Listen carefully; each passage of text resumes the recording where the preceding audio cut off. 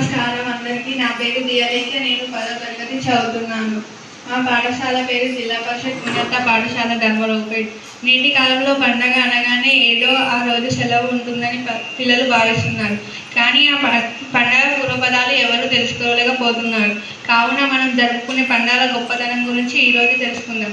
బతుకమ్మ పండుగ మనకు ఎలా వచ్చిందో ఈరోజు తెలుసుకుందాం. ఒకప్పుడు చోళ సామ్రాజ్యానికి చెందిన ధర్మంగద అనే రాజు పాలనలో బతుకమ్మ పండుగ ప్రారంభమైందని చెబుతుంటారు. ఆ రాజు ఆధీనంలో దక్షిణ భారతదేశంలోని పలు ప్రాంతాలు ఉండేవి.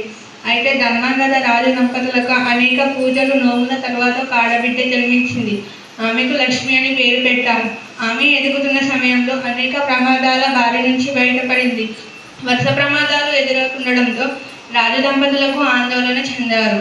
ఈ క్రమంలో పండితుల సూచన మేరకు ఆమెకు బతుకమ్మ అని పేరు పెట్టగా ఆమె తనకు ఎదురవుతున్న గండాలను ఎదిరించి జీవించిందని చెబుతుంటారు.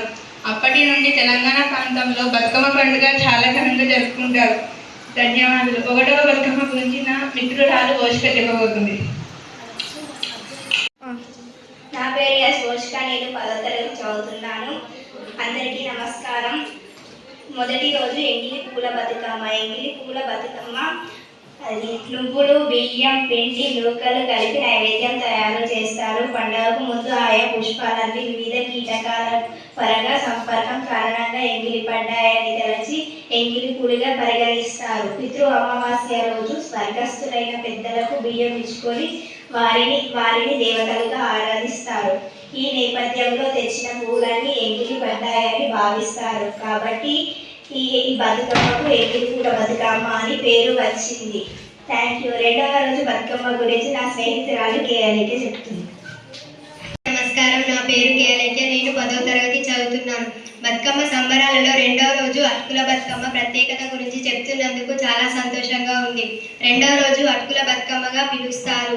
రకరకాల పూలతో బతుకమ్మను పేర్చి ఆడపడుచులందరూ ఆటపాటలతో సందడి చేస్తారు. బెల్లం, అటుకులు, పప్పుతో తయారు చేసిన నైవేద్యాన్ని సమర్పిస్తారు. 3వ బతుకమ్మ ప్రత్యేకత గురించి నా స్నేహితురాలు బిందుప్రియ చెప్తుంది. ధన్యవాదాలు. అందరికీ నమస్కారం. నా పేరు కే బిందుప్రియ. నేను 9వ తరగతి చదువుతున్నాను. ముద్దపప్పు బతుకమ్మ గురించి చెప్తున్నందుకు నాకు చాలా సంతోషంగా ఉంది. ముద్దపప్పు బతుకమ్మ 3వ రోజు ముద్దపప్పు బతుకమ్మగా జరుపుకుంటారు. బెల్లం, ముద్దపప్పు, పాలతో నైవేద్యం తయారు చేస్తారు. భక్తి శ్రద్ధలతో ఆటలు ఆడి దగ్గర ఉన్న చెరువులో నిమజ్జనం చేస్తారు. గురించి నా మిత్రురాలు రజని చెప్పు. అందరికీ నమస్కారం. నా పేరు రజని. నేను 9వ తరగతి చదువుతున్నాను. 4వ రోజు నడబియ్య బతుకమ్మ జరుపుకుంటారు. తంగేడు గునుగు పూలతో బతుకమ్మను 4 వరుసలుగా పేరిస్తారు. గౌరమ్మని పెట్టి దగ్గరలోని చెరువులో నిమజ్జనం చేస్తారు. ఈ సందర్భంగా నానబెట్టిన బియ్యం, పాలు, బెల్లంతో కలిపి ముద్దలుగా తయారు చేసి నైవేద్యంగా ప్రసాదిస్తారు. 5వ రోజు బతుకమ్మ గురించి నా మిత్రురాలు సాధిక చెప్తుంది. ధన్యవాదాలు. నా పేరు ఎస్ సాత్విక. నేను 10వ తరగతి చదువుతున్నాను.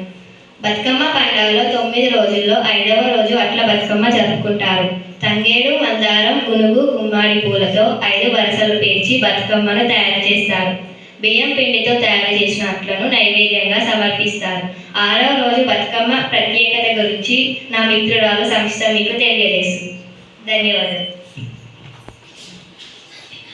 అందరికీ నమస్కారం. నా పేరు సంస్థ. నేను 10వ తరగతి చదువుతున్నాను.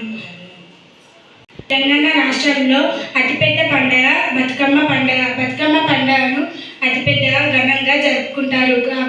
6వ రోజు అలిగిన బతుకమ్మను పూలతో అలంకరించరు. నైవేద్యం సమర్పించరు. బతుకమ్మను పేర్చి ఆడకుండా నిమజ్జనం చేస్తారు. ధన్యవాదాలు. 7వ రోజు బతుకమ్మ గురించి నా మిత్రురాలు శ్రీనిత చెబుతుంది.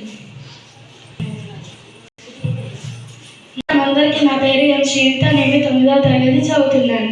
బతుకమ్మ పండుగ సందర్భంలో భాగంగా నేను 7వ రోజు బతుకమ్మ గురించి చెబుతాను. 7వ రోజు వేపకాయల బతుకమ్మగా పిలుస్తారు. ఈ రోజు తంగేడు, గులాబీ, చామంతి, గునుగు పూలతో 7 వరుసలుగా బతుకమ్మను పేరిస్తారు. బియ్యం పిండిని వేప పండ్లుగా తయారు చేసి నైవేద్యం సమర్పిస్తారు. భక్తి శ్రద్ధలతో ఆటలు ఆడి దగ్గర ఉన్న చెరువులో నిమజ్జనం చేస్తారు. 8వ రోజు బతుకమ్మ గురించి నా మిత్రురాలు సుకన్య చెబుతుంది. ధన్యవాదాలు. నమస్కారం. నా పేరు ఎం సుకన్య. నేను 10వ తరగతి చదువుతున్నాను. బతుకమ్మ ఉత్సవాలలో 8వ రోజు వెన్న ముద్దల బతుకమ్మ. తంగేడు, చామంతి, గునుగు, గులాబీ, గడ్డి పూలతో కలిపి 8 వరుసల్లో బతుకమ్మను పేరుస్తారు. అమ్మవారికి ఇష్టమైన నువ్వులు వెన్నె బెల్లంతో నైవేద్యం సమర్పిస్తారు. 9వ బతుకమ్మ గురించి చెప్పబోయే 9వ రోజు బతుకమ్మ గురించి నా మిత్రురాలు కే శృతి చెప్పబోతుంది. ధన్యవాదాలు. నేను 10వ తరగతి చదువుతున్నాను. బతుకమ్మ సందర్భంగా నేను 9వ బతుకమ్మ గురించి చెప్తున్నందుకు నాకు చాలా ఆనందంగా ఉంది. సద్దుల బతుకమ్మ. బతుకమ్మ నవరాత్రి ఉత్సవాలలో సద్దుల బతుకమ్మ చివరిది. ఈ రోజు అన్ని రకాల పూలతో భారీ బతుకమ్మను పేరుస్తారు. మహిళలు నూతన వస్త్రాలు ధరించి ప్రధాన గూడలలో బతుకమ్మను పెట్టి ఆటపాటలతో గౌరమ్మను పూజిస్తారు. పెరుగు, అన్నం, నువ్వులు, అన్నం వంటి 5 రకరకాల వంటకాలను నైవేద్యంగా సమర్పిస్తారు. కుటుంబం సమేతంగా ప్రసాదాన్ని ఆరగిస్తారు.